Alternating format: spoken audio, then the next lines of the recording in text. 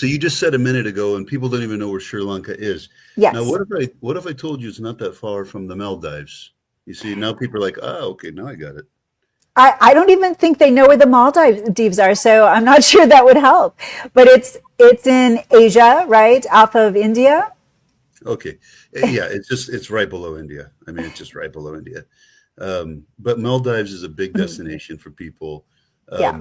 A lot of women's dream vacation or honeymoon spot or whatever. And it can be a destination unto itself, or it can be coupled with a place like India or the Maldives or the Seychelles also. Um, Mm. it's that kind of part of the world that people are going to.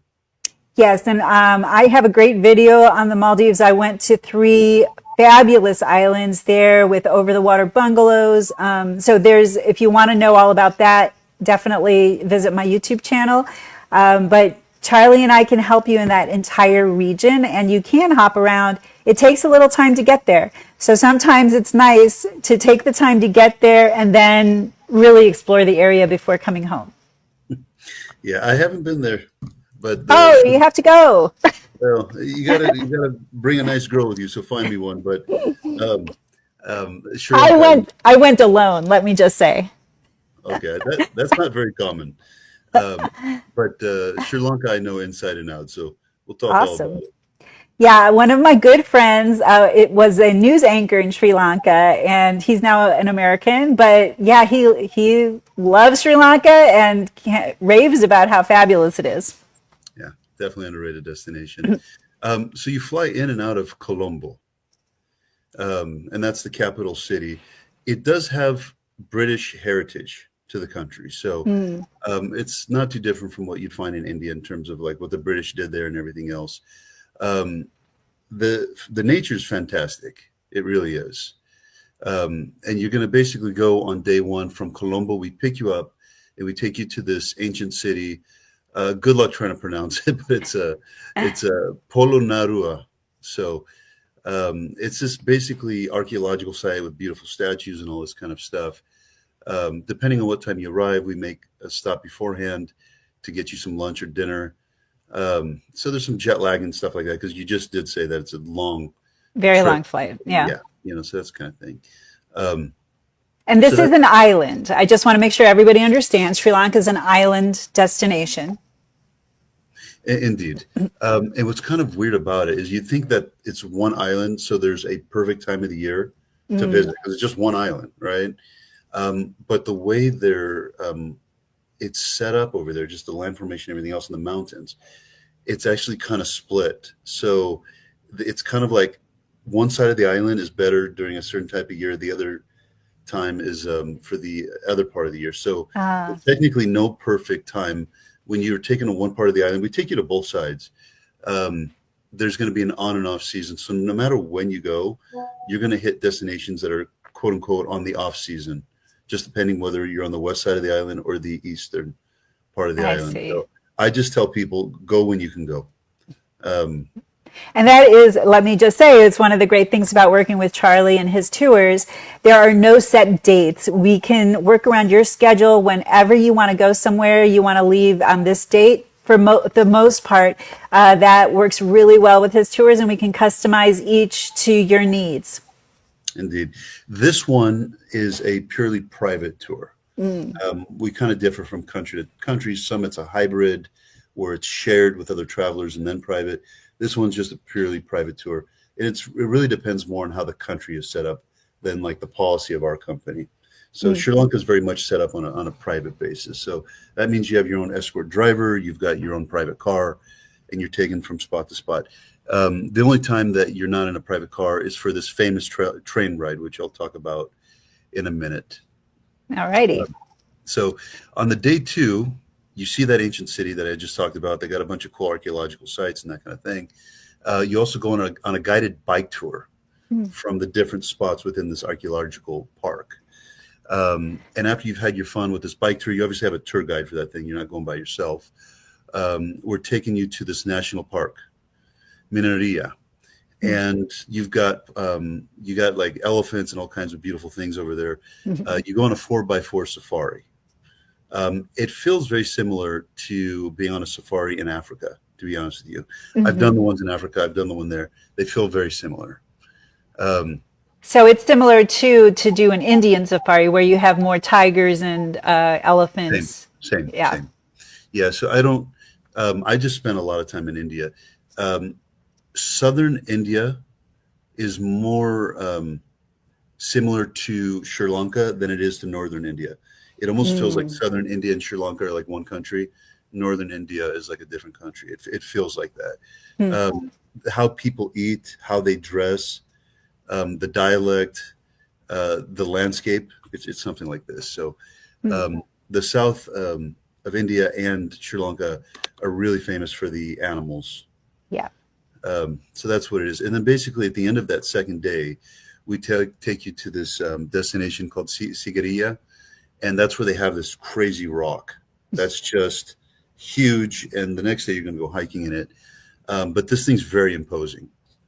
Mm. Um, so unsurprising, in ancient times, they really saw it as a religious monument, and it was set up there by the gods, and then they would go to the top of it in the same Mm. way, like in the Acropolis in Greece, they would build something there to kind of like communicate with the gods above. uh, Mm. they did the same thing in Sri Lanka. Mm.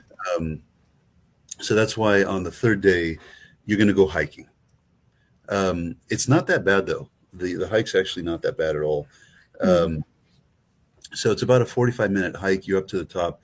Once you get to the top of that rock, you got a full view of the surroundings. Really beautiful. It's one of those famous things to do in Sri Lanka.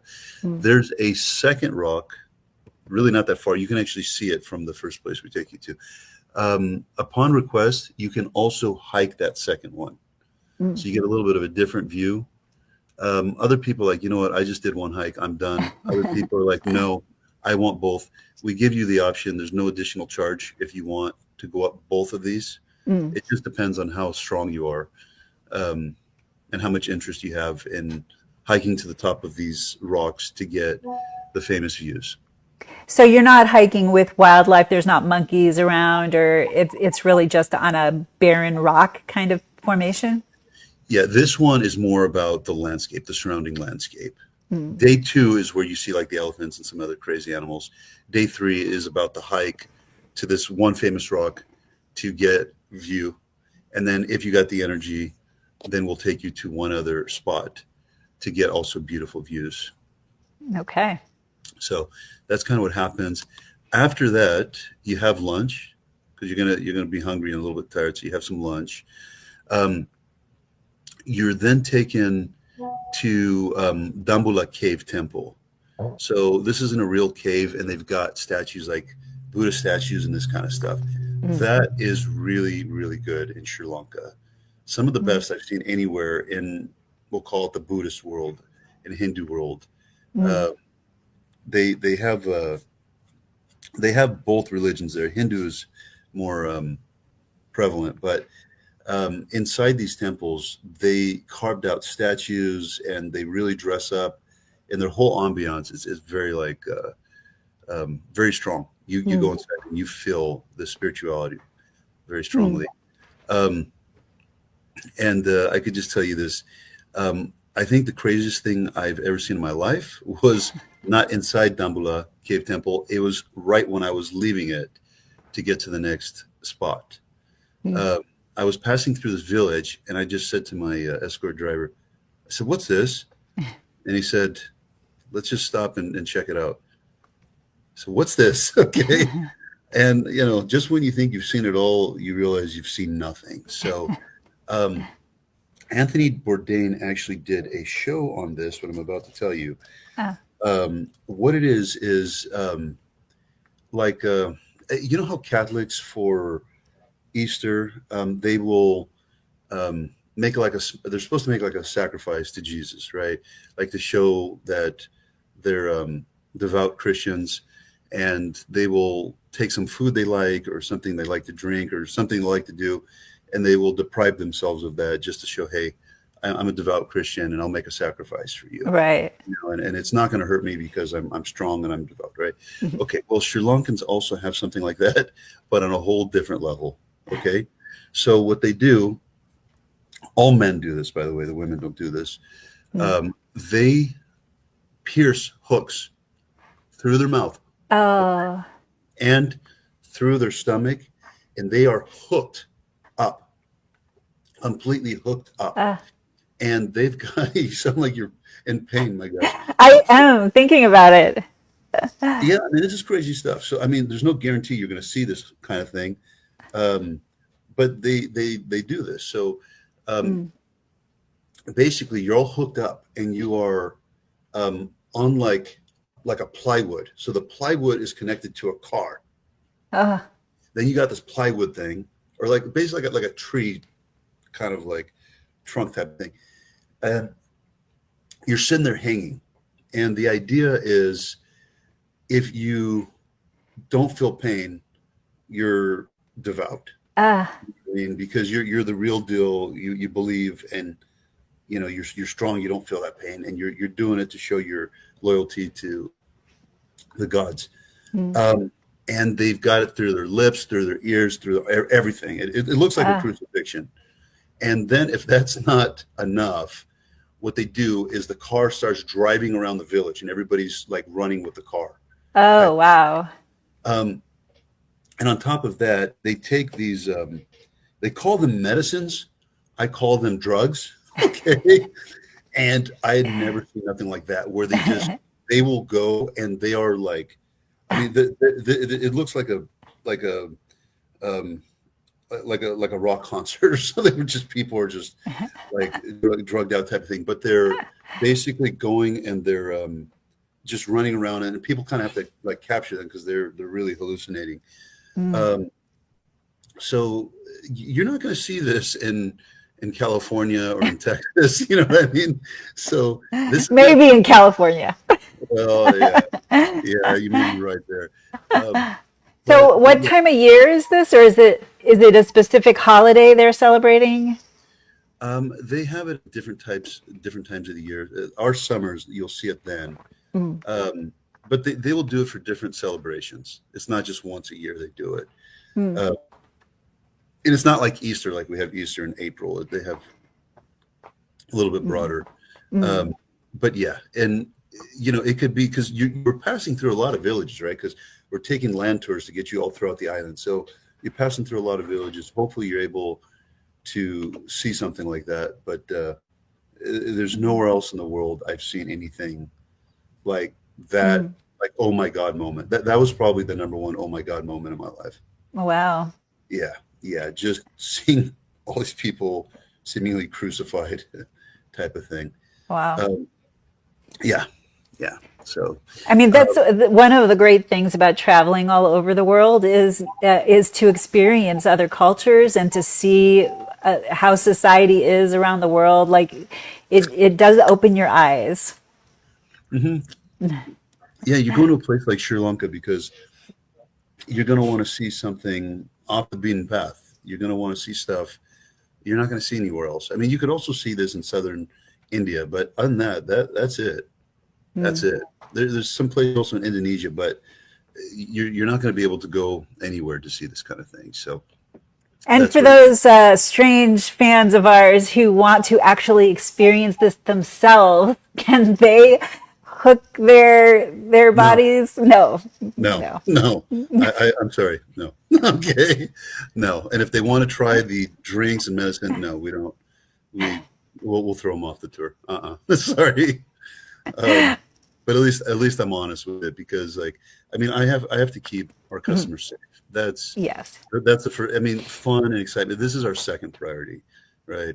The Yeah. first one is to make sure they're safe. So imagine they're taking some of these medicines that these guys are taking. They have a seizure. Something you know we don't want our Mm, customers to have these kind of problems. But let other right. people do it and just film it and have your fun. That's kind of the thing. You know what I mean?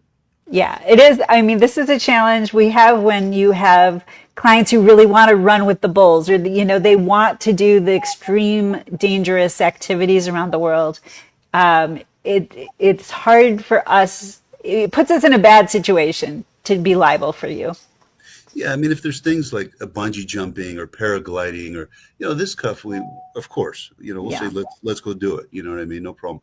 But when it comes to Mm, like this level, where your like body's getting pierced and Yeah. you're drinking this stuff where you're going to hallucinate. It's like, no, no, sorry. You know, I don't want some attorney being calling me at 2 o'clock in the afternoon. You know what I mean? Yeah. So that is what Okay. that is. So anyway, um, now what happens is after the Dambula cave, we take you to another temple. Um, all these temples and everywhere else they're all guided. Okay. Um, and at the end of day 3, you're taken to the city called Kandy. That's where the hotel is. That's where you're sleeping on day 3. Mm. Um, and that's kind of what day 3 looks like here. On day 4, it started with a trip to this temple called Temple of the Tooth. It also looks kind of different from the other temples. After that temple, we take you to the Royal Botanical Gardens. That was created by the British. So it until now looks very British style. The same way, like if you go to England, you see how the botanical gardens look there. They're very well preserved and they're kept in their original state. So expect British style gardens over there. So, with the hotel kind of level, are we talking Five-star. something that Americans will understand as 4 and 5 star? Oh yeah, no. These are very nice hotels. These are very Okay. nice hotels. And I'll tell you this, like I just got back from India. The best hotels I ever stayed in my life, Dubai. But second Yeah. Dubai, the best hotels I've stayed anywhere on this planet, India. Okay. Yeah. So in Sri Lanka, it's similar in the sense that um, it feels like royalty. That's what it's like. Like these five-star hotels they got there. I mean, you got people that are dressed up very professionally, and you're treated like a king type of thing. Um, So there's a large difference between the castes in India with the poverty and the wealthy. Do you see that in Sri Lanka, or is it more? Is it less of a third world feeling when you're there? um, you feel it less because it's much more nature-based destination than Mm, city-based. Because usually when people go to India, they're heading to the north, like that triangle, right. Jaipur, Udaipur, Delhi, all that. So Mm, Sri Lanka, I mean, we do also take you to cities, right? So I had just mentioned Kandy as an example, and also you're right. flying in and out of Colombo. But when you leave Sri Lanka, you're going to be thinking more about the nature than Mm, you are about the cities. Whereas in India, you're going to be thinking more about the cities and the nature. So with this caste system and the disparity and part of this and that, you're going to feel it where there's stronger populations, right? I gotcha. So yeah, if you're in the streets of Delhi, you're Mm, like, okay, I see all this stuff. Sri Lanka, you're very much out in the nature. So you got a mm. lot of room to breathe and this kind of stuff. So no, it doesn't feel so strong there at all. Okay, that's good. Um, so anyway, so now you've seen the Royal Botanical Gardens. Of course, there are going to be differences from Sri Lanka and England because of the landscapes. You got stuff that looks more tropical. Mm, Um, but after seeing the botanical gardens and Kandy, the city, you're taken to this tea factory. And now I'm mentioning the tea because if you know nothing else about Sri Lanka, hopefully people know at least about the tea there. So mm. a lot of these coffee shops that we go to, Coffee Bean, Starbucks, and whatever, go look at the packets where these teas are made. We take you there in Sri Lanka. Sri Lanka has some of the most famous tea plantations on earth. Hmm. Is So that because of the weather there? yeah. hmm Yeah. So the tea plantations in India are also very famous, Mm, but Sri Lanka is kind of like when you say like I'm drinking Sri Lanka tea. This is kind of like one of the most famous in the world. mm, So and the landscape there is just absolutely gorgeous to look at. mm, Um, so you go and you see all that stuff. At the end of the day, we take you to Adams Peak. You sleep near to Adams Peak. Um, the fifth day, we wake up nice and early, and you hike this thing. This one's kind of a hit or miss. It's often foggy. Some months are better than other months, obviously. Um, if there's fog, there's fog. If there's not, then getting up to the top there and getting a view is really beautiful. mm. It's over 2,000 meters tall. this thing. So Mm. if you get there, there's no fog, and you see the sunrise. It's like it's a hiker's fantasy, basically. So you're Um, getting up really early if you're doing a sunrise. exactly, Mm. exactly. So that's why on the fourth evening we try to get you to Adams Peak relatively early, so you can go to bed early, wake up the next morning, do this hike. Hopefully, there's not much fog. You get a beautiful view. You go back to the hotel, then you have some time to rest and things like that. Mm. Uh, you have breakfast, you take a shower, you check out, all this stuff. And then what we do is take you to this place called Nura Elia.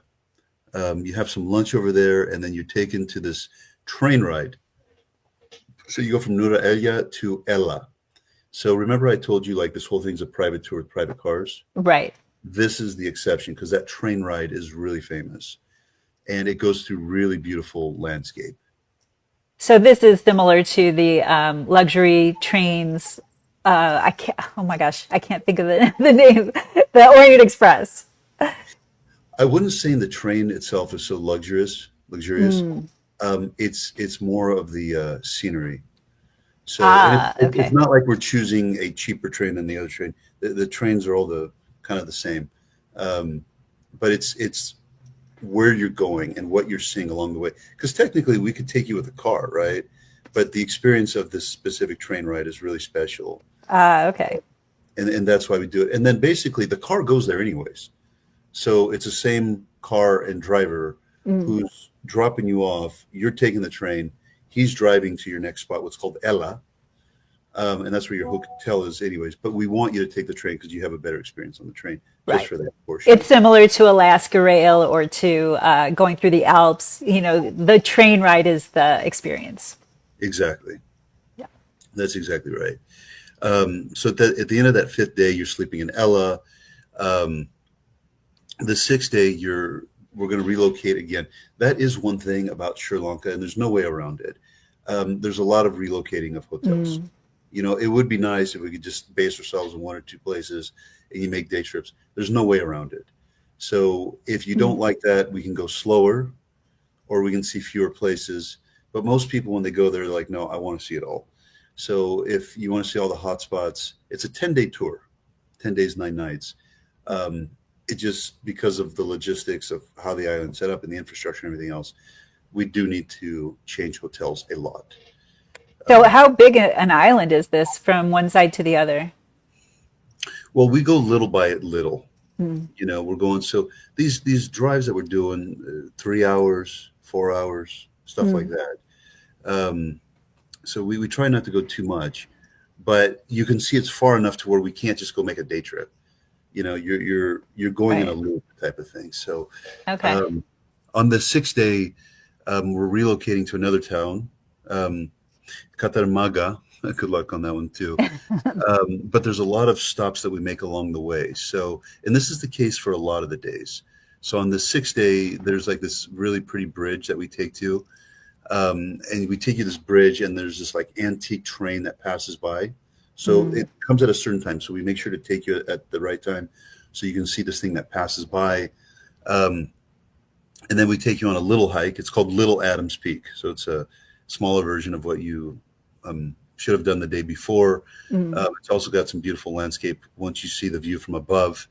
The hike in total, up and down, and spending some time there's just a couple of hours. So this isn't a crazy like Himalayan type of hike or something like that. This is Right. not too bad. Adams hike is the big one.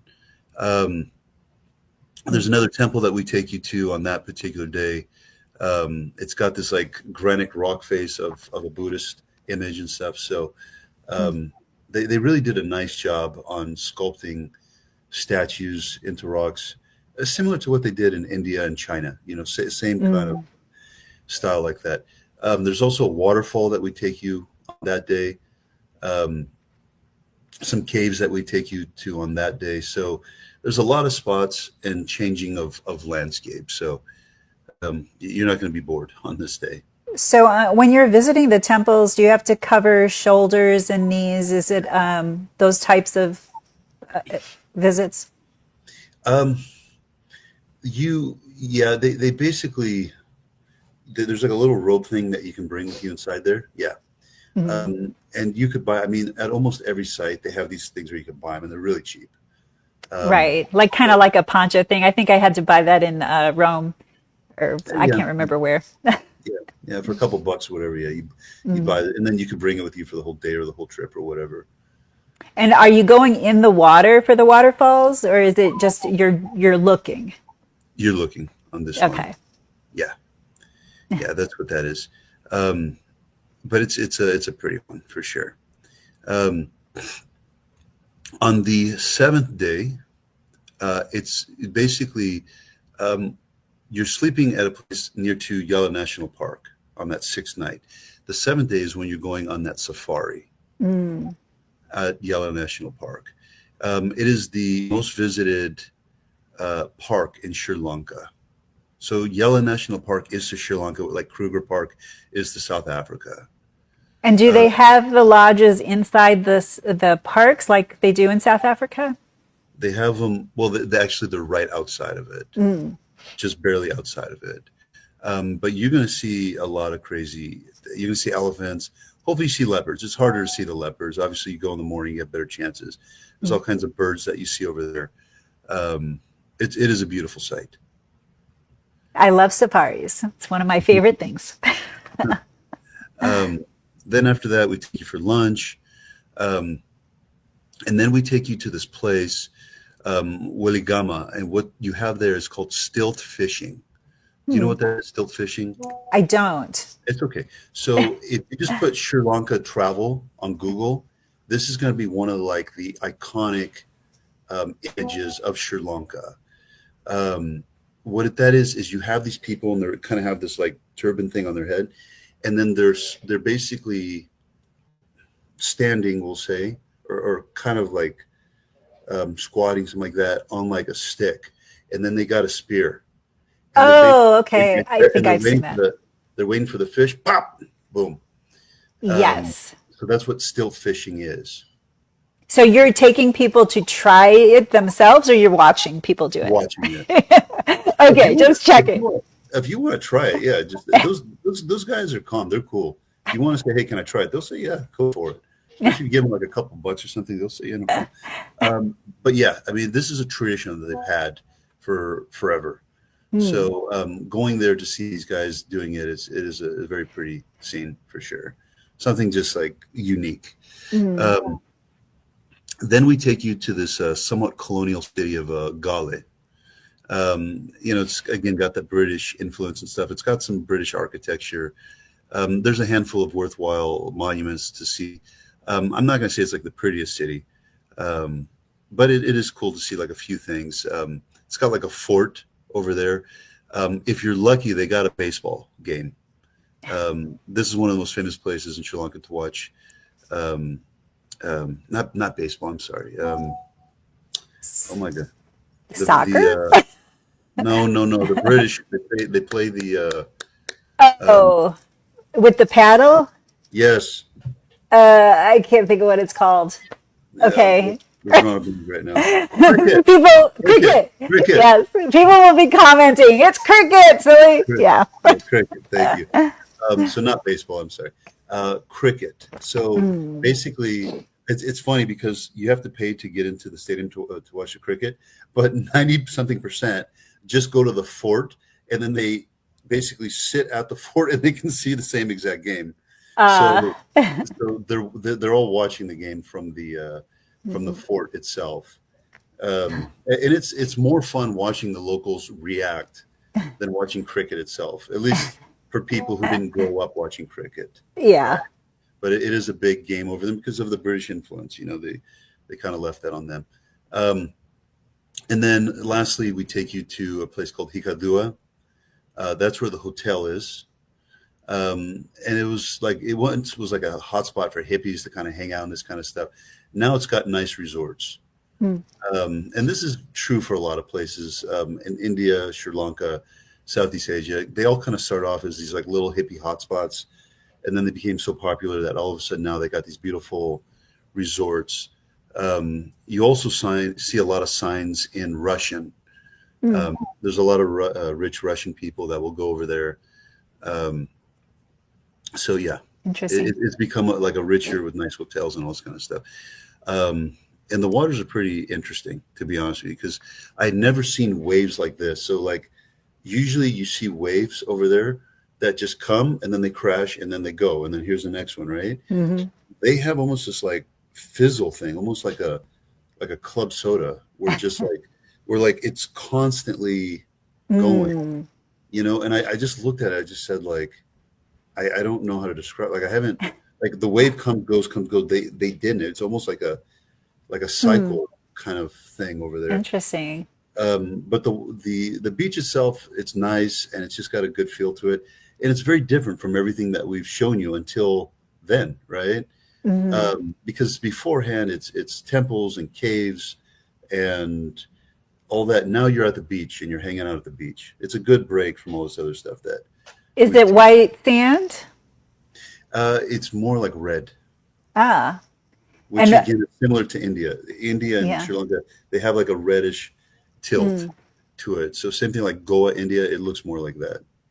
And what about like water sports or diving and that kind of stuff? Do you have any of that kind of activity normal there? Yeah, they have all that stuff, but the one that we take you to Mm. is whale watching. Well, actually, it Ah. depends on the season. I'm sorry. So if you visit November through April, it's whale watching, Mm. and then that's kind of what we do. Um, then we also take you this place to Marisa, and then like you see dolphins during that time. Mm. So it's whales and dolphins and that kind of stuff. If you're going from May to October, Hmm. you have a little bit more free time, and that's when you do all these adventurous activities that you're just describing. Ah, okay. They have jet skiing and all this kind of stuff.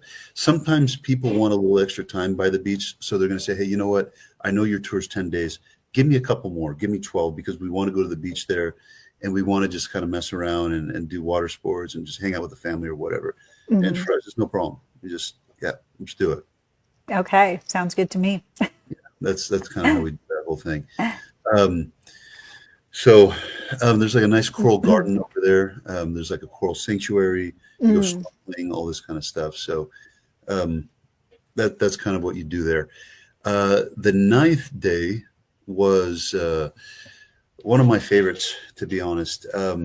We take you to this place called Madhu Ganga, Mm. and like to be honest, not even a lot of natives know about this place, but Mm. it's beautiful nonetheless. You go on a wetland boat cruise, and it's got these mangroves and stuff like that, these untouched mangroves. Mm. And you have like basically just the landscape is really, really pretty when you go through there, and it's tight, so it's like you got the stuff in your face Mm. type of thing. And then we kind of take a break from there. We make a stop, and then there's like a place where they make cinnamon and cinnamon oil and all of that. Mm. And then after we're done showing you that, we take you to this turtle sanctuary.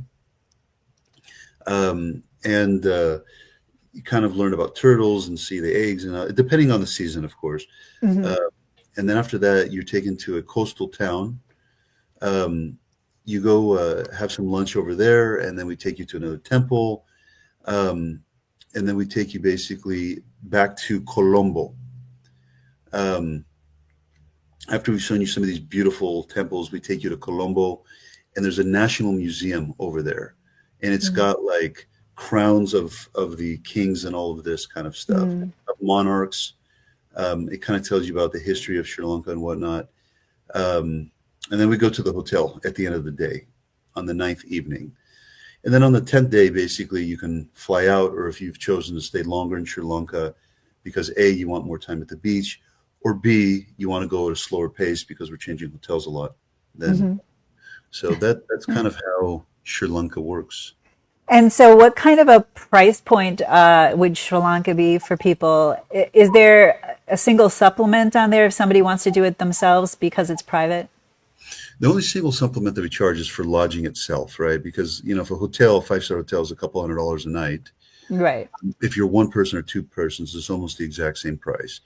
right. So if you and your buddy are splitting the cost, or if you're paying for it by it yourself, it still costs the same. But in terms of the tour itself, no. Um, and if you're a female and you prefer a female tour guides, we also provide that. Mm. Usually, if it's a guy and girl, we'll provide like a male tour guide. But if it's just one girl or 2 girls or 3 girls, we generally like to provide female tour guides. We do this elsewhere as well, not only in Sri Lanka. But And yeah, that's it's not because it's necessary because of the safety issue, right? It makes women solo travelers feel more comfortable. like for conversation purposes. So if you're 2 girls with a guy, you're going to have a little bit less talk about. If you got another girl there, you kind of chat and, okay, so what are the guys like in your country? Ooh, what are the guys like in your country? Ooh, let me tell you, and then You know women so well. That's exactly what we talk about. okay, let me tell you what happened to my ex. All right, let me tell you what happened to mine. You know what I mean? Right, that kind of thing. So I got ears, girl. I got ears. Um, so this tour here per person for the 10 days, including the 5-star hotels, we will provide 4-star if where we're taking you doesn't have 5 stars. So we're still taking you to whatever the best hotel is in that particular area. But whenever they exist, we do take you to the 5 stars. It is $2,344 per person based on 2 people sharing the room, like the boyfriend, girlfriend, husband, wife type of thing. Right. $2,344 USD. And that does not include your international air. We do that separately. And Charlie and I can help you arrange that, of course, so that it's the right places that you're going to. Exactly. Call Lainey, tell her what you need. She'll tell you the exact flights that you'll need. She'll take the stress out of your brain because just trying to go to Google yourself for something like Sri Lanka, it's going to take a little bit of brainstorming. Some places are easy. If you're going from LA to Cabo, it's easy. But something like this, you're going to need somebody who's got a little bit of experience in figuring it out. And that's why Charlie chooses the destinations he chooses for his tours, is because he understands that some people really like to do it on their own and they want to do their own thing. But some places really need help and they need us to help with the logistics. It just takes the stress away for you and makes it a really enjoyable vacation. And he just fits in all of the highlights, the best value that you can get for the buck. I find that's why I love using Charlie. So you kind of met it up, the safety and all this kind of stuff. It just indirectly came up in conversation right now. It's a very safe country. It's a very safe country. It doesn't mean nothing could ever happen, but it's not very common. And it's not, and I'm not just talking about like pickpockets and things, but for maybe alligators, crocodiles, whatever, the very dangerous, poisonous wildlife. Sri Lanka is not really known for that. No, and keep in mind again, because you're out in the nature so much, so you're not really. You always have like people. You've got your 4x4 safari vehicle, or you got your driver, you got your guide, this and that. So it's not that hard to keep people safe over there. It's good. I mean, one thing that you do got to be careful of is eating outside. So we discourage it, similar to India, where it's like we have specific restaurant recommendations. You don't have to eat there. You can choose another place if you want. It's not like we make money from the hotels or something. So from the restaurant. So you can eat wherever you like. But we want to make sure that you're eating at very clean restaurants. We're not your parents. So if you end up buying some food off the street or something, we're not going to stop you. But like we just generally discourage that. So you buy the water from your hotel. You're buying your food from high quality restaurants.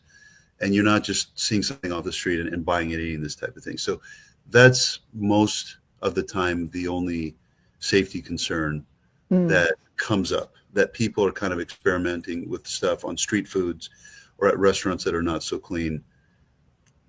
Don't do it. Well, this is common in many countries around the world. I mean, I would say even in America, but Mexico for sure. You just have to be careful about the water and the cleanliness of the food. I think that's common everywhere.